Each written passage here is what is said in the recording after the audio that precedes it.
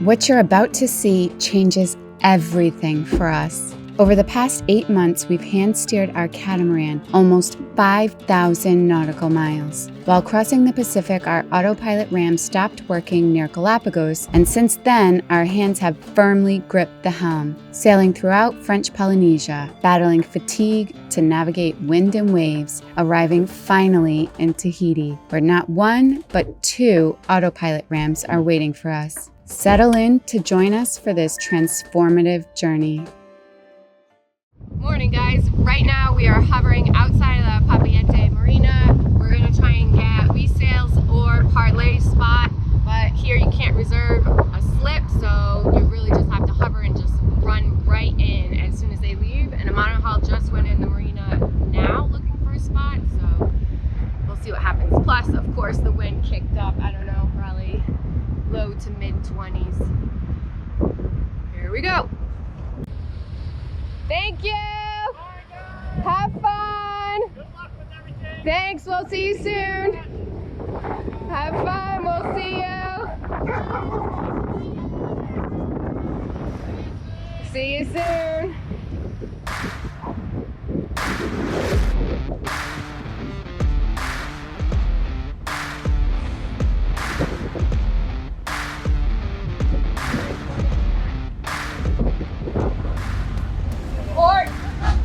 Go forward.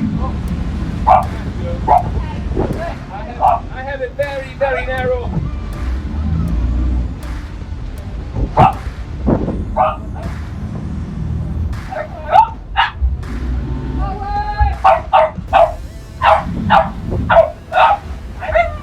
It's impossible, hon. Yeah.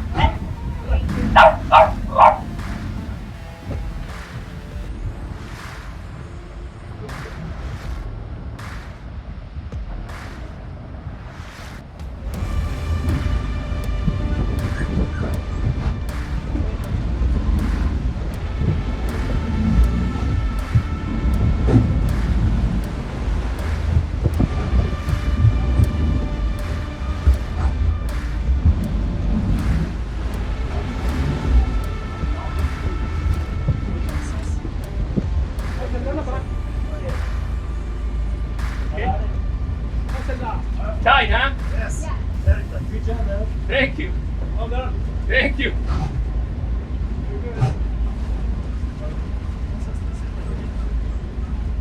Okay. So, Wow, that was tough. Crosswinds of 20 knots, you know, and the slip is just like this much. I know from we the- literally have maybe maybe a foot. on each side. Yeah, this side is maybe 2 feet. Yeah, but I mean, Still, trying to come in here, yeah, with Cross 21 knots of wind. You were so stubborn. You're like, no, I'm getting in. yeah. Oh my God. And people wonder why sailors drink so much rum. I need like a double shot after that. It was a tight fit. Time to use this bumper that Mike gave us, Mike from Highfield gave us, because this place is really tight. Yeah. But yeah, thanks. This is coming really in handy. At this point, we'd like to take a trip down memory lane. Wanderlust was delivered to Miami at the end of July 2020, and our dream of sailing the world was so close we could practically taste it. To shake the boat down, we went for day sails around Fort Lauderdale, then in December sailed 150 nautical miles to Key West and back, and all went well. In February, we sailed to the Exumas in the Bahamas, crossing the infamous Gulf Stream to get a taste of off-grid island life, and we were hooked. There were no major problems with Wanderlust, and we couldn't be more excited as we prepared to sail over 1,200 miles from Fort Lauderdale to Newport, Rhode Island. We encountered some stiff winds and big waves, but Wanderlust handled it like a champ on the surface. After a week-long trip to Nantucket and back, we discovered the autopilot ram was leaking hydraulic fluid and was broken. Due to supply chain issues, there wasn't another ram available for months. We had been looking forward to sailing the Maine coast for ages and decided this wasn't going to hold us back. We would just hand steer. We broke the trip down into manageable chunks, and our perseverance took us all along the New England coast out to Mount Desert, Maine, soaking up the down-to-earth New England culture, stunning coastline, and delicious seafood. We then sailed south through New York City by the Statue of Liberty, a heartfelt experience I'll never forget, down to Annapolis, Maryland for the famed sailboat show. It was here, after hand steering about 1,000 nautical miles, we were finally able to get our hands on a new autopilot ram. After the show, we set our bow south to Fort Lauderdale, thrilled to have an autopilot so we could do bigger jumps down the coast. We departed Charleston for the final big hop down to Fort Lauderdale, and just north of Jacksonville, Florida, the autopilot stopped working once again. We dug our heels in and hand steered the final 35 hours and 2-hour shifts. It's during times like these I've realized just how resilient we are. After a bit of troubleshooting, we discovered it wasn't the autopilot, but the rudder pinion that connects the quadrant through the linkage to the rudder had broken. Seawind sent a new pinion, which we installed, tackled a number of other boat projects, and headed out for a loop in the Abacos, Eleuthera, and Barry Islands before returning to Fort Lauderdale. The autopilot and steering system seemed to be working perfectly, and we loved spending time in these remote islands. With hurricane season approaching quickly, we decided to head south to Panama, and the autopilot worked like a charm for the 1,200-mile passage. It makes such a huge difference in the amount of rest we get, which made the passage much more manageable. We sailed from Linton Bay to San Blas a few times, and when returning from Mamitupu near the Colombian border back west, we lost the depth sounder, which caused the entire system to go haywire. Back to hand steering. Fortunately, we were headed to the Annapolis Boat Show where we were able to pick up 2 depth sounders. We were learning backups are essential. With a functional autopilot and navigation system once again, we sailed 160 miles from Linton Bay to Bocas del Toro. During one of our day trips in the Bocas Archipelago, the autopilot went out again, but this time it was the NAC 3 computer. We couldn't believe that every part of the system was failing. This time we ordered a backup computer and compass so we would have a spare for each part of the autopilot system, and hand steered 160 miles back to Linton Bay, stopping in Escudo de Veraguas, Rio Chagres, and Shelter Bay. At this point, we had decided to transit the Panama Canal and cross the Pacific Ocean to French Polynesia. Since we had a spare for each component of the autopilot system, we were fairly confident it would be okay. But if you've seen the videos, you know the autopilot ram gave out just around the Galapagos. We installed the spare, and it started leaking hydraulic fluid almost immediately. Thanks to Starlink, we contacted Seawind, and they said Gurit, the steering system manufacturer, had completed their review of the system and concluded the T2 ram was undersized for our vessel. Not very helpful in the middle of the Pacific Ocean, but thankfully we had 3 additional crew members on board and couldn't have asked for more positive, eager to help people who tackled hand steering 3,000 nautical miles, joking and laughing the entire way. We breathed a sigh of relief as we arrived safely to stunning Nuku Hiva and the Marquesas. Fabio worked with B&G and West Marine to order 2 T3 rams, but due to supply chain issues, they wouldn't be delivered for months. But we couldn't just sit and wait for them, so we continued hand steering through the Marquesas Islands, onto the Tuamotus, and finally here to Tahiti, where we find ourselves today. And here it is, the ram has arrived. As you can see here it says handle with care. And it doesn't look like it was handled. It was with not care. handled with care. It was banged around. Banged around. Okay, anyway, so I'm gonna open it up. A huge thank you to our patrons. We are so grateful for your support. If you'd like additional content and real-time updates, consider joining the Harbors Unknown community on Patreon. Ta-da! Feels underwhelming. No, it's great. Feels nice. Why is this better? You may ask. Well, first of all, it's bigger. It's going to make our lives so much easier, hopefully. Hopefully. Even though the T2 is rated for a boat this size, what was not taken into account is the 5-foot 3-inch long rudders, which function almost as additional dagger boards and absorb enormous pressure, especially when going downwind with following seas. Rudder torque is the force required to turn or maintain the rudder position against the water. This data is not provided for the T2, but the T3 rudder torque is 624 pounds and actuator thrust is 2,400 pounds, which should support a boat of 36 tons, almost 3 times the size of Wanderlust. Here it is. The new baby. The T3. T3. Whoa. Now I just need to figure out how to install it. Yoda, any ideas? Yoda! You gonna help install the ram?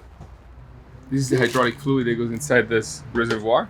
We get to put it in tomorrow.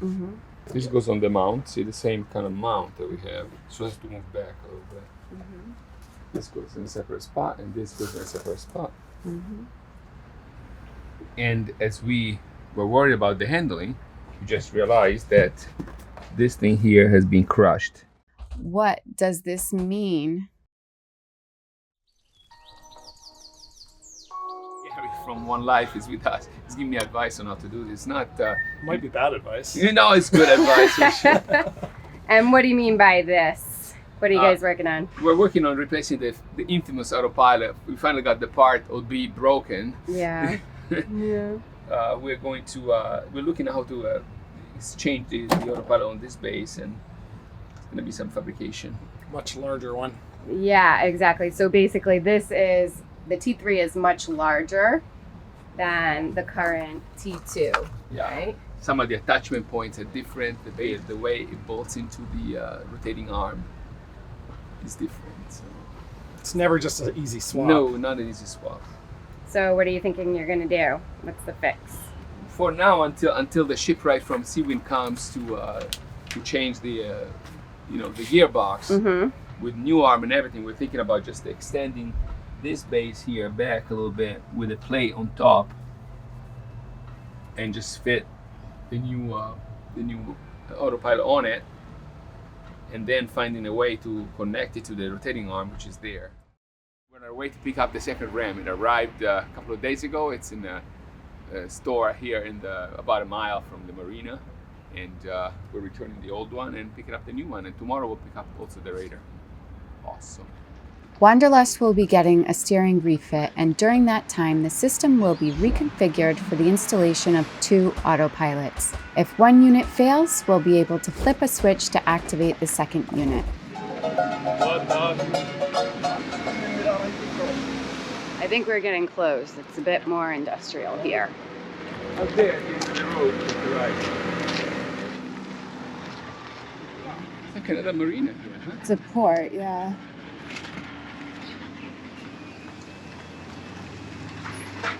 Oh. This store has everything.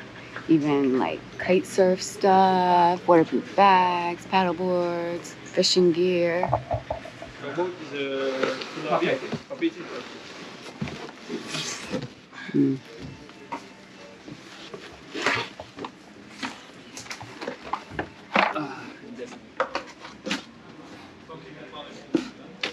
Perfect.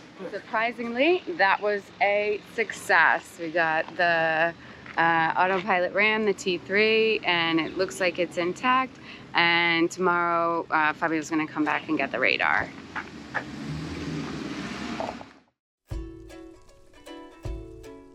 The first step is to remove the existing T2 autopilot ram. It's being replaced with the T3 under warranty by B&G, so we need to send the T2 back.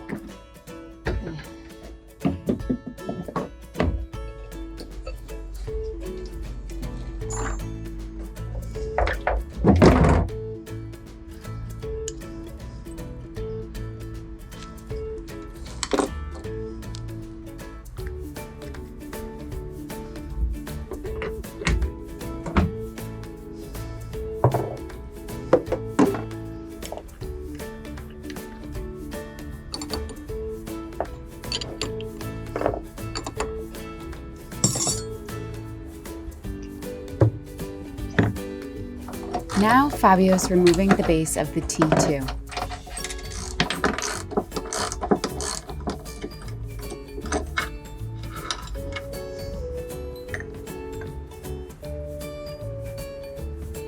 Yep, they're the same.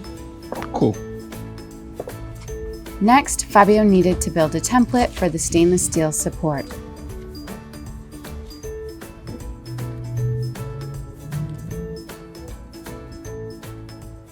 The T3 ram is longer than the T2, so we need to move the base of the new ram back to allow a range of motion of 35 degrees to port and starboard. Fabio is calculating the distance based on the max stroke of the ram actuator. The autopilot, the old one, the T2, was sitting on this base. This base needs to go back here about 18 centimeters, and built a stainless steel base that will go back from here. I'm going to bolt this base here, and then here is where the new autopilot will sit. Hopefully we'll do the job without much fiberglass work. And then in November or so, when the shipwright from Seawind comes down to help me replace this whole thing here on both sides, then we'll hopefully build a new base. But for now, I just want to go sailing. This bolt here that comes from the rotating arm is too small for the new attachment for the T3. So we decided to build this bushing that is going to go around it. And thanks to Gary from Sailing One Life, who helped me take the measurements for this. Nice job. 150 bucks, no, 120 bucks for this thing. So here we go.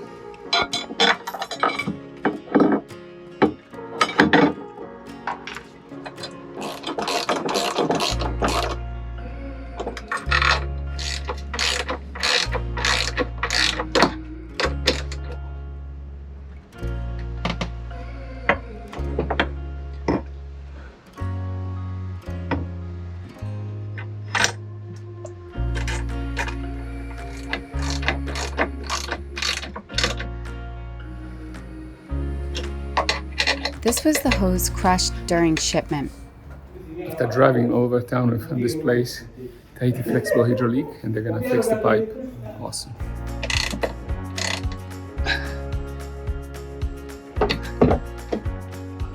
So the next thing we need to do is put this reservoir somewhere here, and in order to attach it to the wall, I need to build a little base for it using resin and fiberglass with this plywood. So that's the next thing we need to do.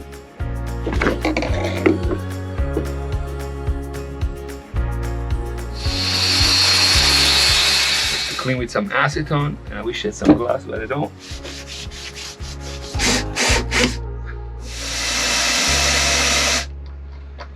Fabio applied some thickened epoxy to the back of the plywood.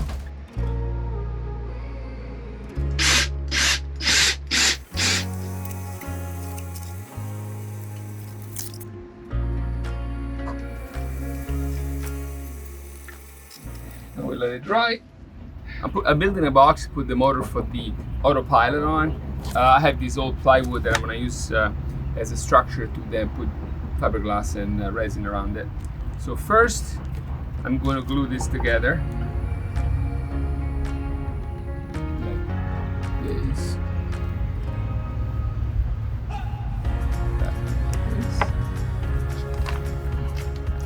And then I'll screw it back.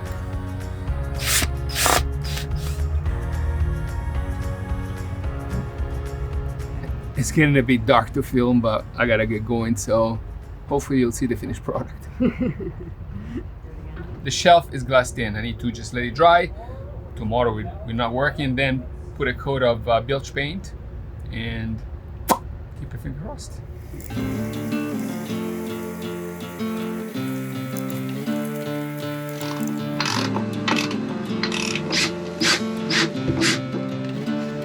Step number 1. Connect the autopilot to the course computer.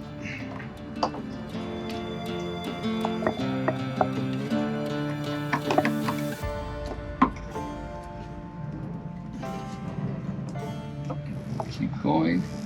Keep going a little bit more. We're gonna lose some. Okay. So now, turn the tap on. Tap is on. Tap is on. Okay, great. We're loosening the reservoir hose at the ram to essentially bleed it. So some of the oil is going to come out and then all of the air. Yep. Do not do that. Oil is coming out. Okay, good. That's a good sign. Yeah. Any air? Do you see air? Nope. Huh. Interesting. Yeah, so it's good. It's good news. I think it's enough. Yeah, I mean, if there's no air. No air coming out. The wire is gonna go down to that pump. Okay. But now I'm gonna just screw it here.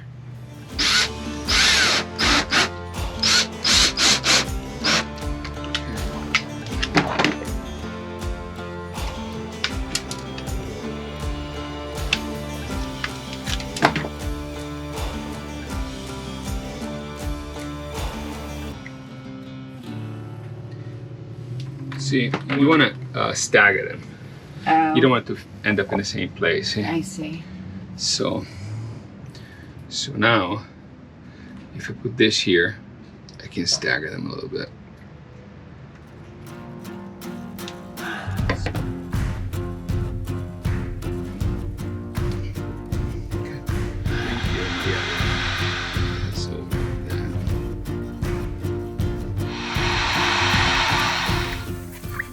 Now we have connected the power from the course computer to the RAM as well as the motor, and now we have to connect the arm of the RAM to the steering arm here of the quadrant, which is really not a quadrant here, it's a gearbox, but same concept.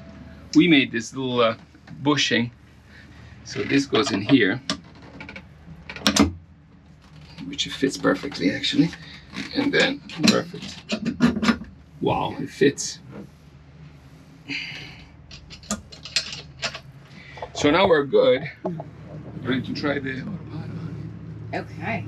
So I wanted to introduce some stops for the rotating arm to prevent the autopilot to be pulled out by the rudder. The autopilot doesn't like to be yanked in and out. It needs to be stopped by something sturdy. So this is the arch that goes over the rotating pin, and I had somebody, metal worker here, put a hole and threads, so I have two bolts that I can regulate. I can regulate the bolts in order to create stops at the right spot. We want the rudder to turn about 30 degrees on each side or so. So I can regulate that using these bolts. So this goes up in here, and then we put these bolts here.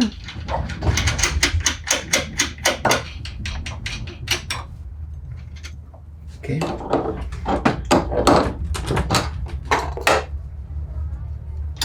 Now we have to adjust the stops. Go to starboard until you hit 30 degrees. Going to starboard. I'm at 13, 14, 15, 17, 18, 19, 30. Perfect. So we hit like 39 centimeters. And then you come back. Okay, I'm going back, and now you want me to go to port. Yeah, to 30. To 30. Okay, so going back. 22. Yeah. 25, 27, 28, 29, and 30. Perfect. Okay.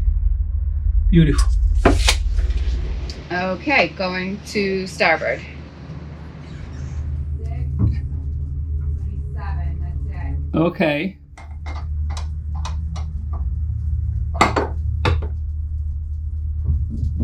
What do you got? 49. Of course. So now we do another rudder test. Okay. Rudder feedback calibration. Turn rudder max to starboard. 27, Yep. which is what we wanted, right? Exactly. 49. Boom! And now rudder test. You're amazing. You are amazing. No, you did No, everything. you. So, how does it feel? little sense of uneasiness. Yeah. I get it. It'll be fine. I hope so. I mean, we can always hand steer. We've been doing that for months. Yeah, very good at that. With the autopilot installed, Morea's distant silhouette felt like it got a bit closer.